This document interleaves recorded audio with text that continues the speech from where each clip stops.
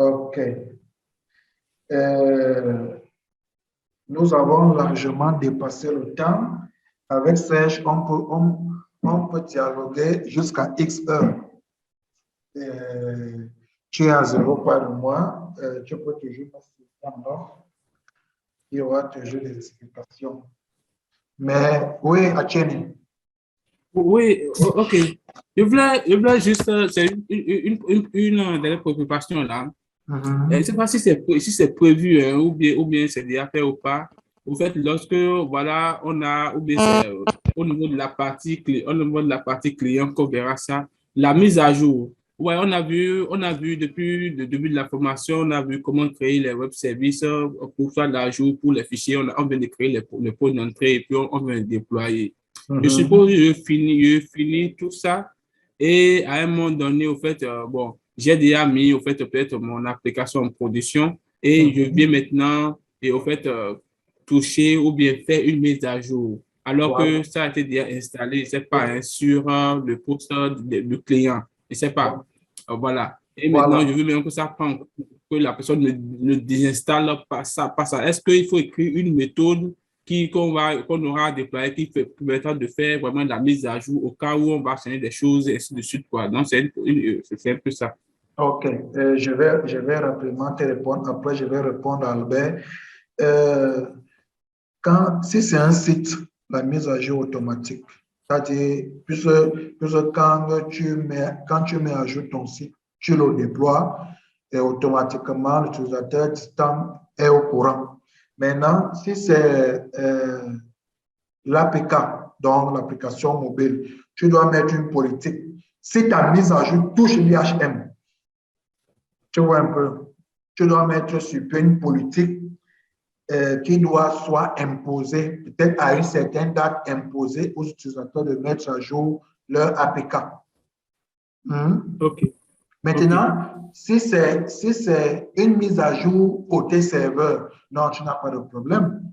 OK. Tu redéploies et le serveur va juste prendre en compte. C'est tout. OK. Par OK. exemple, tu vas voir au niveau du prologue, il y a une erreur Oui. là. Hein, ça va bloquer. Côté client, ça va bloquer. Maintenant, quand je vais résoudre ça, hein, je Oui. vais déployer Oui. ça reste là côté serveur. OK. Je ne suis même pas obligé d'aller toucher le client parce que OK. cette opération est côté serveur. Maintenant, si ton application cliente est Windows, c'est là Oui. où j'invite les uns les autres à avoir des serveurs dédiés et Gemmania peut fournir un serveur dédié avec toute l'assistance possible, c'est-à-dire votre travail sera juste de déployer votre application exé. Là, quand OK. maintenant vous faites une mise à jour qui touche le client, alors OK. le client de l'autre côté est au courant et là, ça devient une imposition. Tu imposes celui-ci de mettre à jour. OK. Voilà. Donc, OK, c'est compris. Donc, probablement, on verra ça au cours de cette formation, probablement comment gérer ça, peut-être Oui, lorsqu'on va aborder le côté client, peut-être. côté client, on va voir, oui, on peut voir. On peut OK. voir. Mais si c'est comme nous allons faire côté client mobile, donc Google Play fait déjà ça pour nous. C'est-à-dire quand il y a Pour cette formation, c'est le côté mobile qui est prévu, c'est ça? oui, côté mobile qui est prévu. S'il y a du temps, on va un peu attaquer côté Windows. Mais OK. c'est côté mobile qui est prévu parce que je me suis rendu compte que beaucoup de personnes ont des problèmes avec le mobile. Raison pour laquelle OK. j'ai beaucoup plus priorisé le côté mobile. OK. Que j'ai OK. déjà apprêté déjà. Hein, que j'ai OK. déjà apprêté, tout est déjà apprêté. Et OK. il attend juste le code. OK. OK, c'est compris. Oui. Maintenant, Merci. Ok, merci. La question de Albert, peut-on développer ces web services entièrement en local et avoir l'occasion de les tester tout en local? Justement, oui, justement. C'est-à-dire, et c'est même ça qui est conseillé même. C'est-à-dire, je fais tout en local. Je développe tout en local. Je fais tous mes tests en local. Quand tout est OK, tu vois que le déploiement n'est même plus un problème. Le déploiement, je déploie et quand je vais côté client, je change juste les paramètres.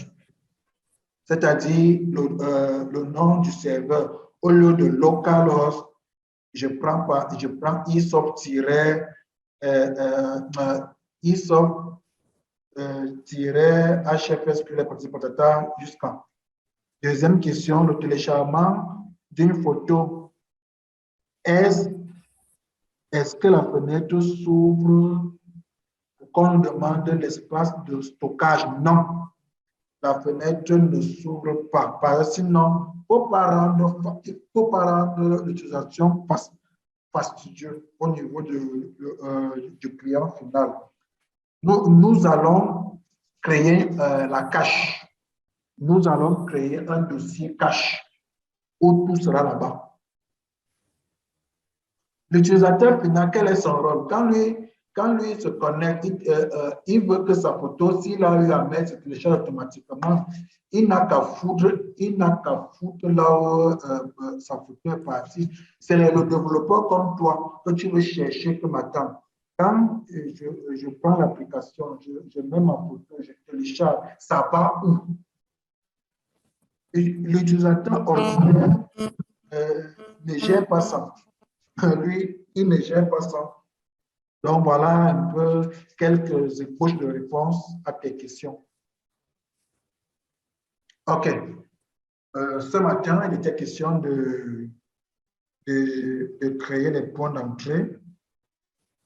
Nous l'avons fait.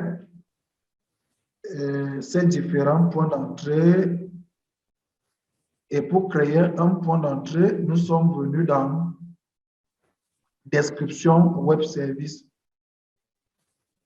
Description web service où vous voyez déjà tous les points d'entrée déjà créés. Là, on a fait juste clic droit, nouvelle description. On a défini l'élément et comme je vous ai dit, l'élément ici doit renvoyer à notre méthode, enfin à l'ensemble de notre méthode. Bon, qu'est-ce que j'appelle ensemble de notre méthode? C'est ça, hein? On a la CV, je dois aller mettre là-bas CV. On a la compétence, je dois mettre là-bas compétence. Et un certain nombre de règles ont été définies, la clarté de l'écriture, afin que vous ayez quelque chose de plus digeste. Et nous avons généré d'abord en local, puis en ligne, en utilisant notre hébergeur que voici, Gemania. Et alors, quand nous avons généré notre point d'entrée, nous avons eu un certain nombre d'informations qui ici représentent nos URL. C'est ce qu'on appelle URL. C'est-à-dire, URL est conçu de quoi? De la partie serveur et de la terminaison. Donc, partie serveur, la voici.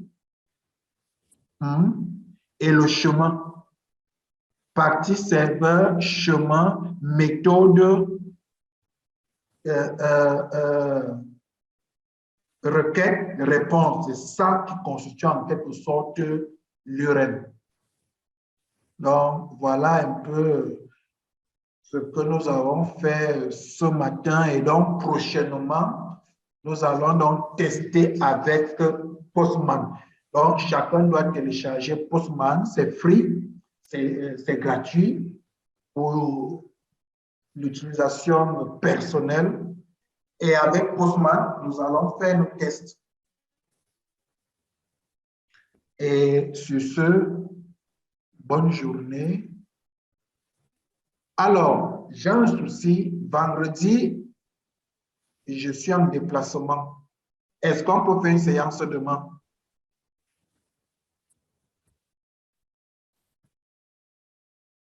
Allô? Vous pouvez ouvrir vos micros. Allô? Est-ce que demain, c'est pas trop juste pour qu'on puisse réviser? Bon, là, on va donc se revoir lundi Parce prochain. qu'il va falloir, hein, comme c'est on veut faire le test, si on finissait, il faut qu'on nous-mêmes, on teste également ce qu'on a écrit à notre niveau pour que lors de la séance, là, on puisse également, les choses puissent aller, on puisse Ok. avoir des éléments pour pouvoir vraiment commenter la Moi, séance, quoi. C'est ce que moi, je je propose. propose lundi, parce que comme il a dit là, effectivement, nous, de notre côté aussi, il faut qu'on ait l'occasion de faire les tests, pour pouvoir, lui, d'abord même assimiler même ce qu'on a réussi aujourd'hui par rapport par les différentes vidéos qui vont suivre. Et puis maintenant, on va faire les tests. Et puis, je pense que là, la prochaine fois, au moins, on suit mieux. Parce que si c'est demain, déjà même aujourd'hui, peut-être qu'il y a d'autres qui sont un peu perdus. Ouais. Lundi est mieux, on va pas se passer. On va aller doucement. Ok. Ok. Donc, rendez-vous donc lundi à la même heure. OK? Allô? Oui, c'est Oui, bien oui, oui, noté. oui. OK. C'est Rendez-vous. bien noté. C'est bien noté. Moi, à partir moi, je vais suivre à partir de la semaine prochaine par vidéo parce que j'ai une formation toute la semaine. Et à partir du lundi au vendredi prochain, j'ai une formation. OK. Je- OK. Bon. On se dit donc à lundi prochain. Ok, merci beaucoup. OK.